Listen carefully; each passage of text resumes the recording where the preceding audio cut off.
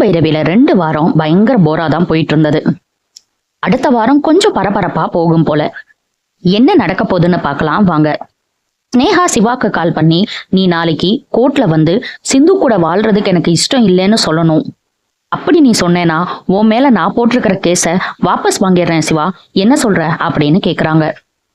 சிவா உடனே, நான் ஒரு தடவை முடிவு பண்ணிட்டேன்னா கடவுளே வந்து சொன்னா கூட மாத்திக்க மாட்டேன் அப்படின்னு பதில் சொல்றாரு.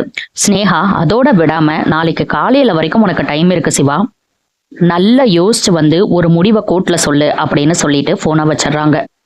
ஸ்னேகாவும் என்னென்னமோ ட்ரை பண்ணி பாக்குறாங்க, எப்படியாவது சிவாவை கல்யாணம் பண்ணிடணும் அப்படின்னு நினைக்கிறாங்க. ஆனா சிவா எதுக்குமே பிடி கொடுக்கற மாதிரி இல்ல, அவரோட முடிவுல ரொம்ப ஸ்ட்ராங்காவே இருக்காரு. கோர்ட்டுக்கும் வந்துடுறாரு. ஸ்னேகா கூட வாழ விருப்பம் இல்லைங்கிறதையும் சொல்லிடுறாரு. உடனே ஜட்ஜி என்ன தீர்ப்பு சொல்றாங்கன்னா, நீங்க ஸ்னேகாவை காதலிச்சு ஏமாத்தினால உங்களுக்கு 1 வருஷம் சிறை தண்டனை அப்படின்னு சொல்லிடுறாங்க. அதோட இல்லாம ஸ்னேகாக்கு 5 கோடி ரூபாய் நீங்க தரணும் அப்படின்னு சொல்லி முடிக்கும் போது கரெக்டா அந்த டைம்ல சிந்து உள்ள வந்துடுறாங்க.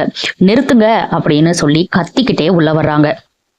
ஸ்னேகா 5 கோடியை நினைச்சு சந்தோஷப்பட்டாங்களே தவிர சிவா உள்ள போறத நினைச்சு கொஞ்சம் கூட வருத்தப்படல.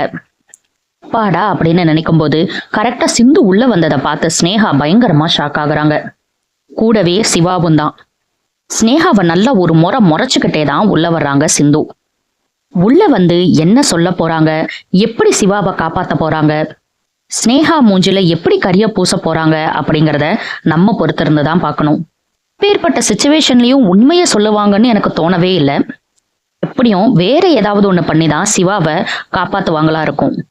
உங்களுக்கு என்ன தோணுதுன்னு கமெண்ட் செக்ஷன்ல சொல்லுங்க. அடுத்தடுத்து சிந்து பைரவியில என்ன நடக்குதுன்னு தெரிஞ்சுக்க சப்ஸ்கிரைப் பண்ண மறந்துடாதீங்க.